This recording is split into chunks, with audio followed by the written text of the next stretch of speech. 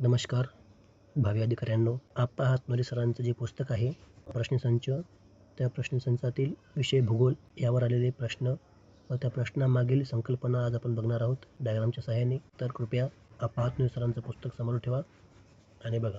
एकही शब्द किंवा संकल्पना सोडलीच जाणार नाही मित्र. बघा मग, महाराष्ट्र स्थान, विस्तार व आकार, धडा क्रमांक 1 आहे. आता यामध्ये बघा मित्रांनो, काय दिले पहिल्यांदा, जागतिक स्तरावर भारत क्षेत्रफळानुसार त्याचा 7वा क्रमांक येतो.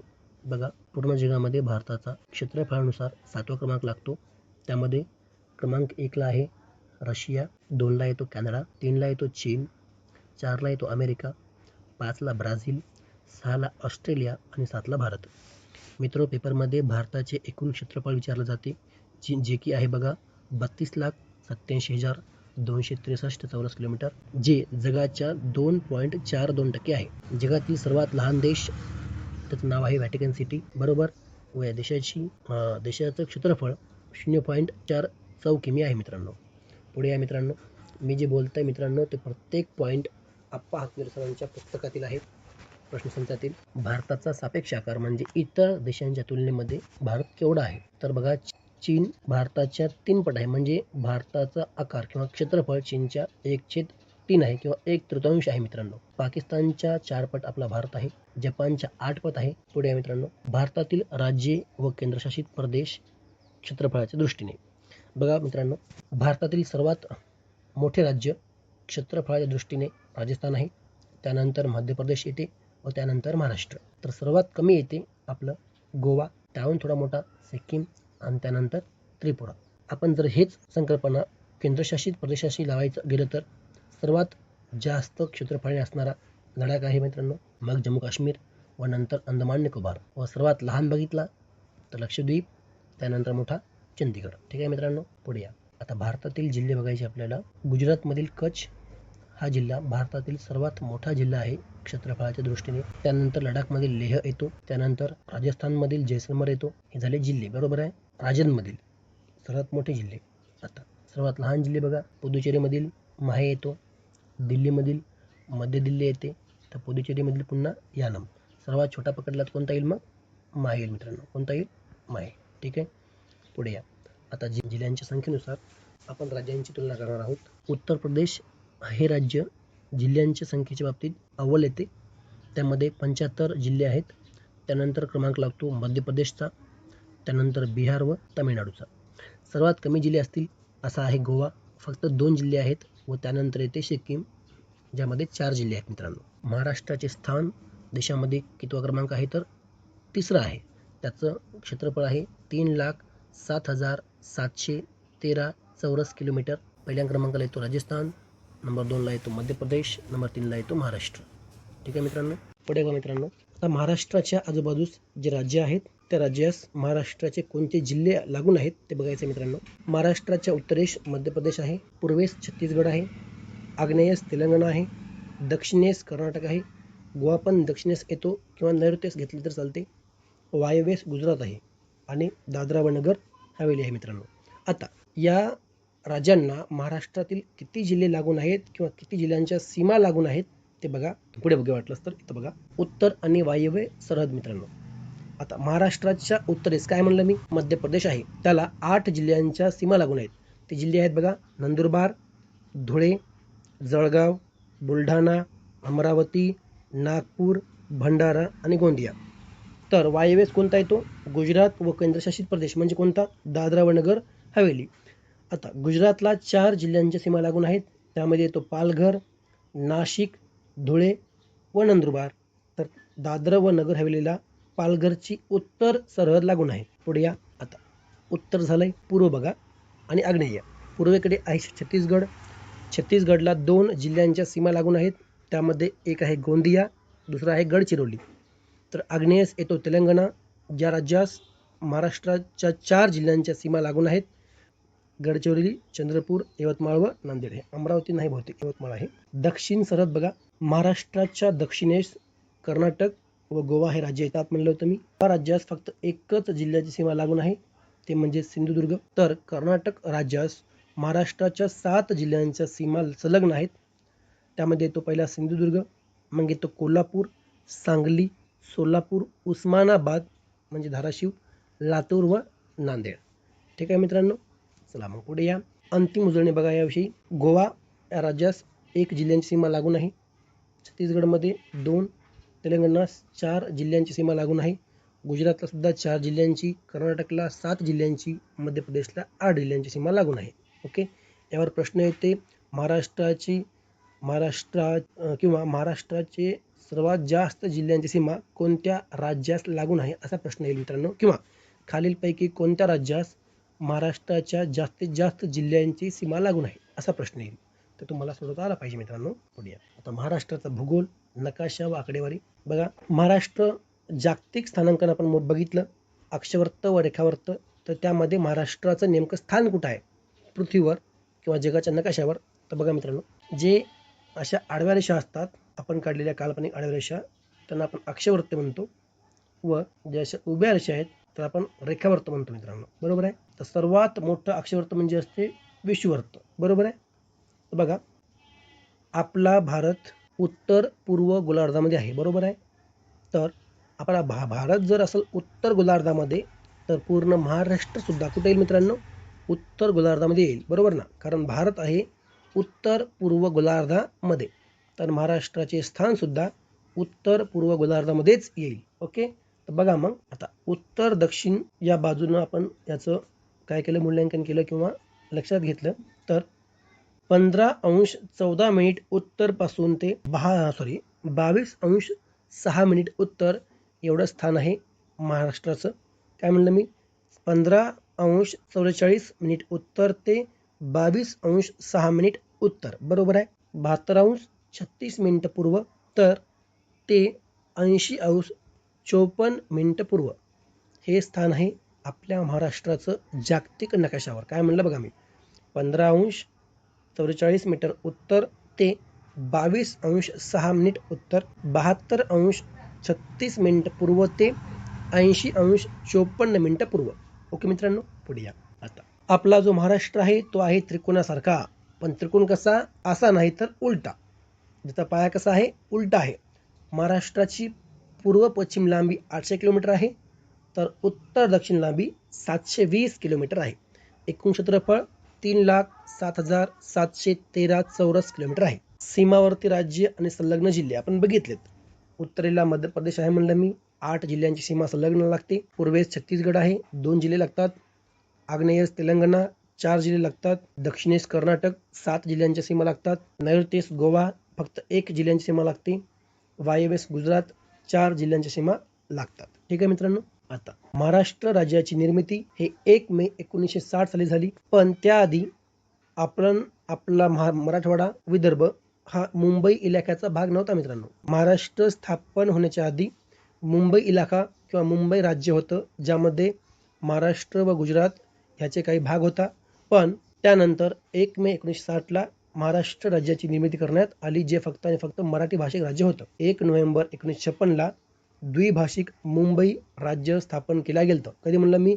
1 नोव्हेंबर 1956ला द्विभाषिक म्हणजे त्यामध्ये गुजराती आणि मराठी या 2 भाषा बोलणाऱ्या लोकांचं राज्य बनलं होतं. तर आपण काय म्हणलो होतो? मुंबई इलाखा, ज्याचं क्षेत्रफळ मैलमध्ये दिलंय बघा, 1,86,923 चौरस मैल वेगळं मित्रांनो व चौक किलोमीटर वेगळं. तर ते काय असते आपण एखाद्या व्हिडिओमध्ये सेपरेटली बघूया. पण 1 नोव्हेंबर 1956ला द्विभाषिक मुंबई राज्याची स्थापना झाली, पण हे बहुतांश लोकांना मान्य नव्हतं. त्यांना आपल्या भाषेची, आपल्या भाषेनुसार आपलं राज्य पाहिजे होतं, म्हणून आंदोलन झाली. खूप महाराष्ट्र पेटला होता. याचं फलरूप म्हणून 1 मे 1960ला महाराष्ट्र राज्याची सेपरेटली निर्मिती झाली मित्रांनो. म्हणजे महाराष्ट्र वेगळा व गुजरात वेगळा. आता बघा, प्रशासकीय उत्क्रांती म्हणते 1960ला काय होती आणि सध्या स्थिती काय आहे. 1960ला महाराष्ट्रामध्ये 26 जिल्हे होते, जे आज टोटल 36 आहेत. 4 प्रशासकीय विभाग होते, आता 6 प्रशासकीय विभाग आहेत. 221 तालुके होते व 266 शहरे होते. आज किती आहेत याविषयी आपण नंतर बघूया. परत बघा, 1 मे 1981ला रत्नागिरीमधून सिंधुदुर्ग नवीन जिल्ह्याची निर्मिती झाली. औरंगाबाद म्हणजे सध्याचा आपला छत्रपती संभाजीनगर यामधून जालना जिल्हा वेगळा केला गेला. ऑगस्ट 1982ला उस्मानाबाद म्हणजे धाराशिवमधून लातूर हा जिल्हा वेगळा करण्यात आला. 26 ऑगस्ट 1982ला चंद्रपूरमधून गडचिरोली वेगळा झालाय. 4 ऑगस्ट 1990ला बृहन्मुंबईमधून मुंबई उपनगर जिल्हा वेगळा झाला. 1 जुलै 1998ला अकोल्यातून वाशिम तर धुळ्यातून नंदुरबार हा जिल्हा वेगळा झाला. 1 मे 1999ला परभणीतून हिंगोली, भंडाऱ्यातून गोंदिया या जिल्ह्यांची निर्मिती झाली. व लास्ट मागे शेवटी 1 ऑगस्ट 2014ला ठाण्यामधून पालघर हा जिल्हा वेगळा झाला मित्रांनो. तर परत बघा मी काय म्हणलं होतं, रत्नागिरीमधून सिंधुदुर्ग, औरंगाबाद म्हणजेच छत्रपती संभाजीनगर, यातून जालना, उस्मानाबाद म्हणजे धाराशिवमधून लातूर, चंद्रपूरमधून गडचिरोली, बृहन्मुंबईतून मुंबई उपनगर, अकोल्यातून वाशिम, धुळ्यातून नंदुरबार, परभणीतून हिंगोली, भंडाऱ्यातून गोंदिया तर ठाण्यातून पालघर या नवीन जिल्ह्यांची निर्मिती झालेली आहे मित्रांनो. पुढे या मित्रांनो आपण हे बघितलं होतं. तर बघा, महाराष्ट्राचे भौगोलिक क्षेत्रफळ 4 किमी व मैल दोन्हीमध्ये दिलेलं आहे. लक्षात ठेवा, 3,07,713 चौरस किलोमीटर किंवा 1,18,809 मैल चौरस मैल. भारताच्या एकूण क्षेत्रफळापैकी महाराष्ट्राचा हिस्सा बसतो 9.36%. मित्रांनो, पेपरला आलेला प्रश्न आहे. आप्पा हातनुर सरांच्या या पुस्तकामध्ये याशी संबंधित प्रिव्हियस इयर प्रश्न दिलेला आहे. आपण त्याचीच पूर्णपणे माहिती घेत आहोत. तर भारतामध्ये क्षेत्रफळाच्या दृष्टीने महाराष्ट्रानं जवळपास 9.36% एवढं क्षेत्रफळ व्यापलेलं आहे. राजस्थान, मध्य प्रदेश व महाराष्ट्र यांचे तुम्ही क्षेत्रफळ थोडंफार वाचून घ्या. सर्वात कमी येते तर गोवा 3,702 चौरस किलोमीटर. त्यानंतर येतो सिक्कीम 7,000च्या समोर आहे. पुढे या. आता लोकसंख्येबाबत बघूया. महाराष्ट्राचा भारतामध्ये लोकसंख्येच्या दृष्टीने 3रा क्रमांक लागतो. बरोबर आहे, माफ करा. महाराष्ट्राचा भारतामध्ये क्षेत्रफळाच्या दृष्टीने 3रा क्रमांक लागतो, ज्यामध्ये महाराष्ट्राचा वाटा 9.36% आहे. तेच जर आपण बघितलं लोकसंख्येच्या बाबतीमध्ये तर 2रा क्रमांक लागतो महाराष्ट्राचा भारतामध्ये. वाटा आहे 9.29%. महाराष्ट्राची लोकसंख्या 2011च्या जनगणनेनुसार 11.24 कोटी होती. सर्वात जास्त लोकसंख्या होती उत्तर प्रदेशची 19 कोटी, त्यानंतर महाराष्ट्राची 11 कोटी व भारताची एकूण 121 कोटी 2011च्या जनगणने. क्षेत्रफळाच्या दृष्टीने महाराष्ट्रातील सर्वात मोठा जिल्हा येतो अहमदनगर. कोणता येतो मित्र? अहमदनगर. तर सर्वात कमी क्षेत्रफळाचा जिल्हा मुंबई शहर, फक्त 157 चौरस किलोमीटर. तर अहमदनगरचं क्षेत्रफळ 17,058 चौरस किलोमीटर आहे. काय म्हणलं मी? अहमदनगर आणि मुंबई शहर हे 2 तुम्ही जिल्हे लक्षात ठेवा. मुंबई शहरचं येते 157 चौरस किलोमीटर, जे की सर्वात लहान जिल्हा आहे क्षेत्रफळाच्या दृष्टीने. तर अहमदनगर सर्वात मोठा जिल्हा आहे क्षेत्रफळाच्या दृष्टीने. मी म्हणलं तुम्हाला, भारत हा आशिया खंडामध्ये व उत्तर पूर्व गोलार्धामध्ये स्थित आहे. म्हणजे भारताचं स्थान उत्तर आणि पूर्व. उत्तरे, आता बघा, हे आहे उत्तर, हे आहे दक्षिण, हे आहे पूर्व आणि हे आहे पश्चिम. तर भारत आपला इथं आहे मित्रांनो. बरोबर आहे? तुम्हाला सांगा, उत्तरेकडे आहे आणि पूर्वेकडे आहे. म्हणून भारताचं जे स्थान आहे आशिया खंडामध्ये ते आहे उत्तर पूर्व गोलार्धामध्ये. गोलार्ध म्हणजे पृथ्वीचा अर्धा भाग मित्रांनो. बरोबर आहे? आता काल्पनिक अशा आडव्या रेषा म्हणजे काय असतं म्हणलं मी? अक्षवर्त. उभ्या रेषा म्हणजे रेखावर्त. बरोबर आहे? सर्वात मोठं अक्षवर्त म्हणजे असते विषुवर्त. बरोबर आहे? बघा मित्रांनो, रेखावर्त काय असते, अक्षवर्त काय असते, त्याविषयी आपण परत पुढे बघणार आहोत. बघायचं आहे. मी म्हणलं होतं आडव्या रेषा काय असतात? अक्षवर्त. उभ्या रेषा रेखावर्त. सर्वात मोठं अक्षवर्त म्हणजे काय असते मित्रांनो? विषुवर्त असते. 0° अक्षवर्त म्हणजे विषुवर्त. त्यास वर जाते वेळेस 90 अक्षवर्त आहेत, खाली गेल्यास 90 अक्षवर्त आहेत. म्हणजे या शून्याच्या वर 90, शून्याच्या खाली 90, टोटल 180. आणि हे एक विषुवर्त म्हणजे टोटल 181. बरोबर आहे? 181 अक्षवर्ते आहेत. त्यांचं मुख्य काम आहे, त्यांच्यावरून आपल्याला तापमान कळते मित्रांनो. काय कळते? तापमान. आपण जसं जसं वर जाऊ किंवा खाली येऊ तर तापमानामध्ये नेमका कोणता फरक येते हे आपल्याला अक्षवृत्तानुसार समजते. ध्रुवापर्यंत अक्षवृत्ताची लांबी कमी होत जाते. बघा ना, इथं लांबी सर्वात जास्त आहे, कमी होत चालली. बरोबर आहे. टोटल अक्षवृत्त 181, त्यामध्ये 90 उत्तर गोलार्धामध्ये, 90 दक्षिण गोलार्धामध्ये व 1 विषुवृत्त, असे टोटल 181. रेखावृत्ते बघा एकूण 360 आहेत.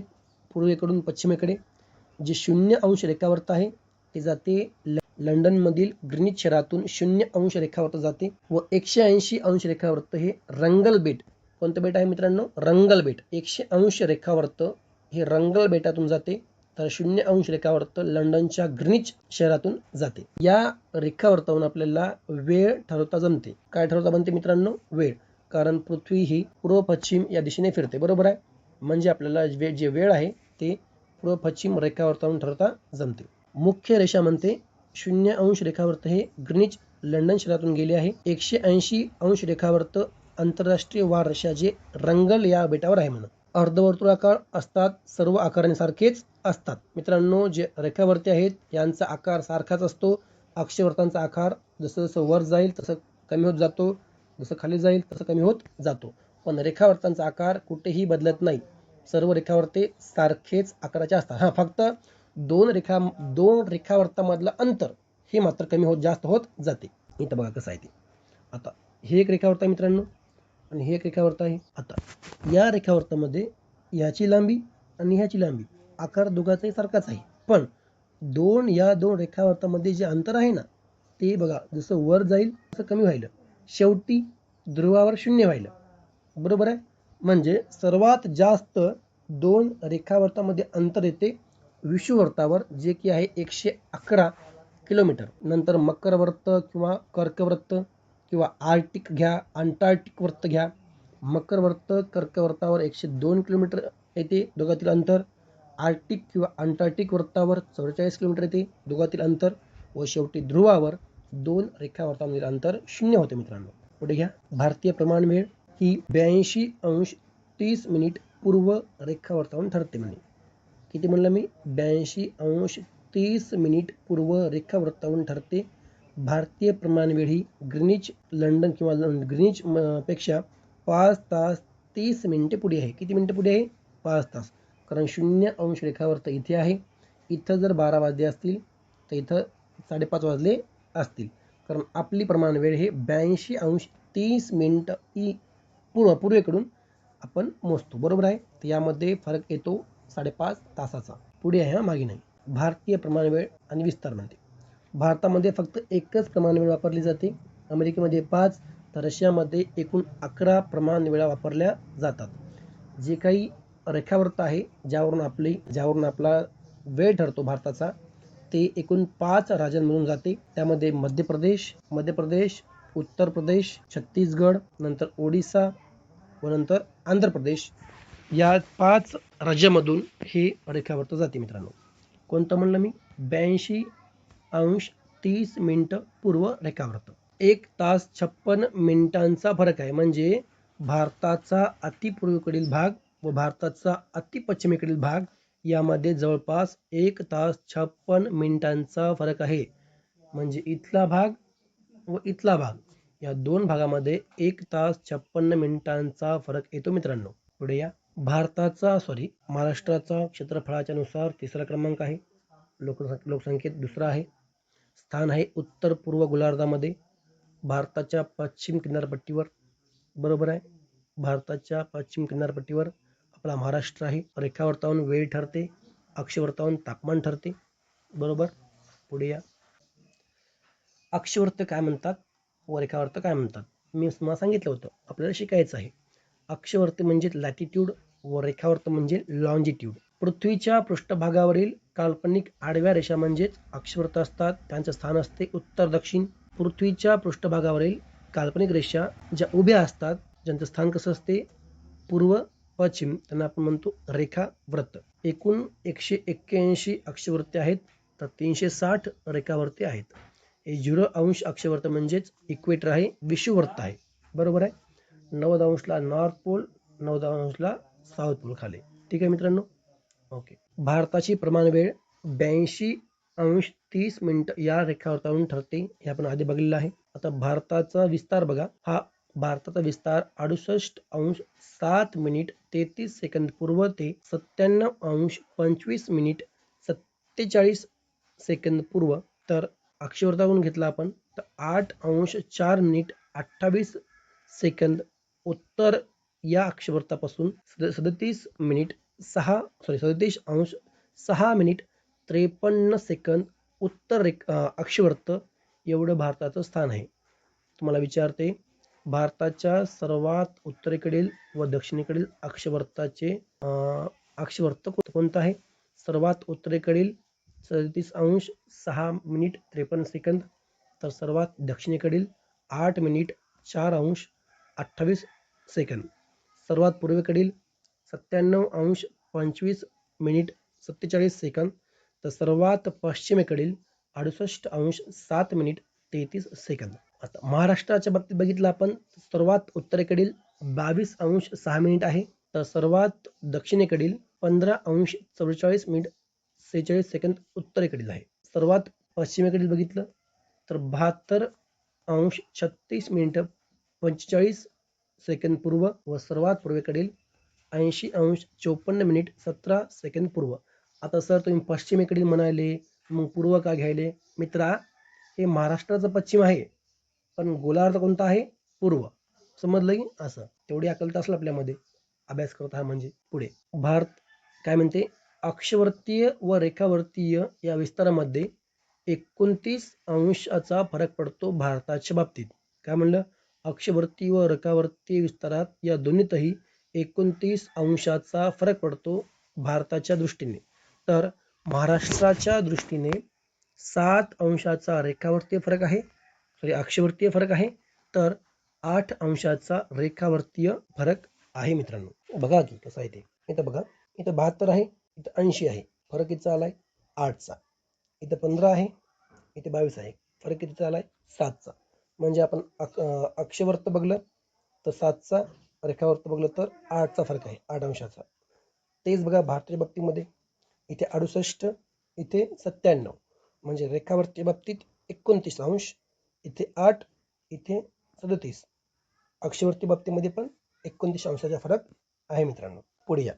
भारताचा विस्तार उत्तर दक्षिणेकडे 3214 किलोमीटर आहे, तर पूर्व पश्चिमेकडे 2933 किलोमीटर आहे. कमी दिले तिथं, म्हणजे इथे जास्त आहे, इथं कमी. भारताचा दक्षिण उत्तर हा पूर्व पश्चिम विस्तारापेक्षा अधिक आहे. आपण याविषयी आपण आधी चर्चा केलेली आहे. महाराष्ट्राचा पूर्व पश्चिम विस्तार 800 किलोमीटर आहे, तर दक्षिण उत्तर विस्तार 700 किलोमीटर आहे. बरोबर. यावर PSI मध्ये प्रश्न आलाय 2012ला, महाराष्ट्राच्या पूर्व पश्चिम विस्तारापेक्षा दक्षिणोत्तर विस्तार कमी आहे, तर कमी आहे की जास्त आहे असा प्रश्न होता. तर कसं आहे उत्तर याचं? कमी आहे. महाराष्ट्राच्या पूर्व पश्चिम विस्तार दक्षिण उत्तर विस्तारापेक्षा अधिक आहे मित्रांनो. आता बघा, पूर्व पश्चिम विस्तार 800 किलोमीटर, जे की जास्त आहे महाराष्ट्राचा. भारताचा पूर्व पश्चिम विस्तार 2933 किलोमीटर आहे, जे कमी आहे. काय म्हणते कळते का? मी पूर्व पश्चिम विस्तार बघितला महाराष्ट्राच्या बाबतीमध्ये तर जास्त यायला, तोच बघितला भारताच्या बाबतीमध्ये तर कमी यायला. दक्षिण उत्तर विस्तार बघितला तर इथे 700 आहे, महाराष्ट्राच्या बाबतीमध्ये कमी यायला, पण भारताच्या बाबतीमध्ये जास्त यायला. बघा ना, इथे 800, इथे 700, जास्त कोण आहे मग? पूर्व पश्चिम महाराष्ट्राचा. इथे 2933, इथे 3214. पूर्व पश्चिम कमी आहे व दक्षिण उत्तर जास्त आहे भारताच्या बाबतीमध्ये. महाराष्ट्राला एकूण सागरी किनारा 7517 किलोमीटर एवढा लाभलेला आहे. किती म्हणलं मी? 7517 एवढा किलोमीटर सागरी किनारा लाभला आहे. त्यामध्ये मुख्य भारतभूमी याला 6100, तर बेटांचा किनारा 1417. तर त्यापैकी सर्वाधिक सागरी किनारा गोवा राज्यास आहे व सर्वाधिक किनारा गुजरात राज्यास आहे, तर सर्वात कमी किनारा गोवा राज्यास लागून आहे. परत बघा काय म्हणलं मी, भारताला एकूण 7517 किलोमीटर एवढा सागरी किनारा लाभला आहे. त्यामध्ये मुख्य भूमीचा बघितला तर 6100. मुख्य भूमी म्हणजे फक्त भारतच, त्यामध्ये बेट पकडायचे नाही. जर बेट पण पकडले, बेटांचा किनारा येतो 1417, टोटल मिळून येतो 7517 किलोमीटर. सर्वाधिक येते गुजरातमध्ये व नंतर सर्वात कमी दक्षिणेला आहे, सॉरी गोव्याला आहे. महाराष्ट्राला एकूण 720 किलोमीटरचा सागरी किनारा लाभला आहे. आता तुम्ही म्हणशाल सर त्याचं दक्षिण उत्तर विस्तार तर 700 किलोमीटर आहे, मग सागरी किनारा 720 कसा झाला? मित्रांनो, असं वेडीवाकडं जर आपलं क्षेत्र असेल तर सागरी किनारा वाढतो. सगळ्यात जास्त लाभला आपल्या रत्नागिरीला 237 किलोमीटर आहे, नंतर रायगडला 122 किलोमीटर, सिंधुदुर्गला 120 किलोमीटर, बृहन्मुंबईला 114 किलोमीटर, पालघरला 102 किलोमीटर, ठाणेला 25 किलोमीटर एवढा सागरी किनारा लाभलेला आहे. आपण बघितलं होतं बॉम्बे पुनर्रचना कायदा 1960ला मी म्हणलं होतं तुम्हाला की गुजरात व महाराष्ट्र या दोन राज्यांची निर्मिती झाली होती. 1 मे 1960 रोजी गुजरात व महाराष्ट्र ही दोन राज्ये नवीन निर्माण झाली होती. उद्घाटन कोण केलं आणि घोषणा कोण केली? जो सोहळा पार पडला होता 1 मे 1960ला महाराष्ट्र राज्याच्या निर्मितीचा, त्या सोहळ्याचं उद्घाटन कोणी केलं व त्याची घोषणा कोणी केली ते बघूया आपण. उद्घाटन केलंय धनंजयराव गाडगीळ यांनी. कोणी केलं उद्घाटन? धनंजयराव गाडगीळ यांनी. तर घोषणा केली पंडित जवाहरलाल नेहरू यांनी मुंबईच्या शिवाजी पार्कवरून. आपण हे आधीच बघलेलं आहे, किनारा किती लाभला आहे ते, बॉम्बे पुनर्रचना कायदा, ईस्ट वेस्ट अंतर क्षेत्रफळ किती आहे, नॉर्थ साऊथ किती आहे, पूर्ण बघलाय. आपण हे पण बघलं मित्रांनो, बरोबर आहे. शिखर म्हणजे भारताचे स्थान अक्षवृत्तानुसार 8 अंश 4 मिनिट उत्तर ते 37 अंश 6 मिनिट उत्तर, हे बघितलं आपण. महाराष्ट्र राज्याची निर्मिती 1 मे 1960, ज्या दिवशी कामगार दिवस होता. सर्वाधिक सीमा ही मध्य प्रदेशला लागून आहे, 8 जिल्ह्यांची आहे. सर्वात कमी सीमा ही गोवा राज्यास लागून आहे, फक्त एकच जिल्ह्याची आहे, सिंधुदुर्ग. आता महाराष्ट्र निर्माण होते वेळेस थोडा विवाद झालता. डांगचा प्रदेश, कोणता म्हणलं मी? डांगचा प्रदेश व त्यातील 20 खेडी. मित्रांनो, हा प्रदेश कोणाकडे द्यायचा हे त्यावेळी विवाद होता. गुजरातकडे जाईल की महाराष्ट्रामध्ये येईल, पण आपल्याला मुंबई मिळाली, महाराष्ट्राला मुंबई मिळाल्यामुळे डांगचा प्रदेश व 20 खेडे मात्र गुजरातकडे गेली. सर्वाधिक सीमा मध्य प्रदेश 8 जिल्ह्यांची लागून आहे. सर्वात कमी सीमा गोवा या राज्यास लागून आहे, जे फक्त आणि फक्त एका जिल्ह्याची आहे. डांग आणि 20 खेडी कुठे गेली? गुजरातला गेली. मित्रांनो, भौगोलिक विस्तार आपण बघला होता. पूर्व पश्चिम लांबी 800 किमी, उत्तर दक्षिण लांबी 700 किमी व किनारा 720 किलोमीटर. मित्रांनो, पेपरमध्ये किंवा आपल्या आप्पा हातनूर सरांच्या पुस्तकामध्ये घनता, स्त्री पुरुष प्रमाण, साक्षरता याविषयी माहिती आहे. नेमका घनता म्हणजे काय? तर प्रति चौरस किलोमीटर म्हणजे 1 किलोमीटर लांबी, 1 किलोमीटर रुंदी व 1 किलोमीटर उंची असा असणारा क्यूब घ्या किंवा घन घ्या व या एवढ्या क्षेत्रामध्ये राहणाऱ्या लोकांची सरासरी संख्या म्हणजे घनता असते. काय असते? घनता. प्रति चौरस किलोमीटर एवढ्या क्षेत्रामध्ये राहणाऱ्या लोकांची जी संख्या आहे ती म्हणजे घनता आहे. मित्रांनो, स्त्री पुरुष प्रमाण दर 1000 पुरुषांमागे असलेली स्त्रियांची संख्या होय, तर आपण म्हणतो स्त्री पुरुष प्रमाण किंवा सेक्स रेशिओ. आता साक्षरता म्हणजे काय? एकूण लोकसंख्येपैकी 7 वर्षांच्या वरील असे लोक ज्यांना लिहिता वाचता येते त्यांची टक्केवारी म्हणजे साक्षरता होय. 7 वर्षाच्या कमी लोकांना पकडायचं नाही. आपण हे बघितलं मित्रांनो, 1960ला काय होतं आणि आता सध्या 2023-24ला याचं हाल काय आहे. तर 1960ला महसूल विभाग 4 होते, 2023-24ला 6 आहेत, जिल्हे 26 होते, 36 झालेत, तालुके 229 होते, 358 झालेत. आता मित्र, जर तुम्ही मुंबई शहराचे पकडले, बरोबर ना, मुंबई शहर उपनगर यांचे पकडले तर 358 होतील. जर यांचे वगळले तर 355 होतील. त्यांचे किती असतात? 3 असतात. शहरांचे 266 शहरे आहेत, सध्या 534 आहेत. महानगरपालिका 3 होत्या, सध्या 29 आहेत. 29वी महानगरपालिका जालना ही स्थापन करण्यात आली. मित्रांनो, तर लोकसंख्येकीय उत्क्रांती 1960ला घनता होती 129, सध्या आहे 365 2001च्या नोंदीप्रमाणे. 1960ला स्त्री पुरुष प्रमाण होतं 936, म्हणजे 1000 पुरुषांमागे 936 स्त्रिया होत्या, सध्या कमी होऊन 929 झाल्यात. साक्षरता 35% होती, जी 82% गेली. लोकसंख्या नागरी लोकसंख्या 28% होती, नागरी म्हणजे शहरात राहणारी, तर ती गेली 45%. आता तुम्हाला पेपरला प्रश्न आलता PSIला 2019ला काय विचारलं होतं? घनता विचारली होती मित्रांनो, घनता. 1950-51ची घनता किती होती हे विचारलं होतं. पण 1950-51ला घनता किती आहे हे पाठ करायची गरज नाही. 1960ला किती होती? 129. तर त्यापेक्षा कमीच असणार, कारण 1960ला म्हणल्यानं बघा जसं वर्ष चालले तसं लोकसंख्या वाढत आहे, लोकांची संख्या वाढत आहे. म्हणजे जेवढी घनता 1950ला होती त्यापेक्षा 100% 1960ची जास्त आहे. म्हणजे पर्यायामध्ये 129 पेक्षा कमी उत्तर असलं पाहिजे. महाराष्ट्राची मानचिन्हे पाठ ठेवायचं एकदम. महाराष्ट्राचं राज्यफूल आहे मोठा बोंडारा म्हणजे ताम्हण. कोणतं आहे? ताम्हण, मोठा बोंडारा महाराष्ट्राचं राज्यफूल. पक्षी हरियाल, वृक्ष आंबा, नृत्य लावणी, प्राणी शेकरू व फुलपाखरू ब्लू मॉर्मॉन. मेंढा लेखागाव, आदिवासी हक्क आणि निसर्ग संवर्धन गडचिरोली. मित्र यावर प्रश्न आलेला आहे. आता प्रश्न घेण्याऐवजी आधी आपण थोडी माहिती घेऊया. काय होतं बघा, बांबू तोड करणारे आणि आदिवासी हक्क जतन करणारे, बांबू तोड करणारे व आदिवासी हक्क जतन करणारे भारतातील पहिलं गाव म्हणजे कोणतं आहे? मेंढा लेखागाव. बांबू तोड करणारे व आदिवासी हक्क जपणारे किंवा जतन करणारे भारतातील पहिले गाव म्हणलं तर मेंढा लेखा गावाचं नाव येते. हे गाव संसाधन जागतिकीकरणाच्या विरोधात असून हक्कांबाबत अत्यंत जागरूक आहे. यांचा मुख्य व्यवसाय काय आहे तर बांबू तोड करणे आणि औषधी गोळा करणे. बरोबर. जिल्हा आहे गडचिरोली. यावर प्रश्न आलता, याविषयी आपण माहिती बघितली आहे. आता आर्थिक पाहणी बघा, प्रकाशन आहे 27 जून 2024 रोजी. आर्थिक पाहणी म्हणजे काय तर राज्याच्या अर्थव्यवस्थेचा, भौगोलिक बदलांचा आणि विकासांचा अधिकृत व वैज्ञानिक वार्षिक अहवाल म्हणजे आर्थिक पाहणी असते. या आर्थिक पाहणीमध्ये आकार दिलाय बघा, महाराष्ट्राचा त्रिकोणी आहे व उलटा त्रिकोण आहे. बरोबर. पुणे ही महाराष्ट्राची सांस्कृतिक राजधानी आहे. नागपूर ही महाराष्ट्राची उपराजधानी आहे. मुंबई ही राज्याची राजधानी आहे. तर देशाची आर्थिक राजधानी आहे. म्हणजे महाराष्ट्राचे 3 शहर कोणते? मुंबई, नागपूर व पुणे. मुंबई महाराष्ट्र राज्याची राजधानी आहे, नागपूर उपराजधानी आहे, तर पुणे सांस्कृतिक राजधानी आहे. मुंबई ही आपल्या भारत देशाची आर्थिक राजधानी आहे मित्रांनो. पुढे या नावामध्ये काही बदल झालेत.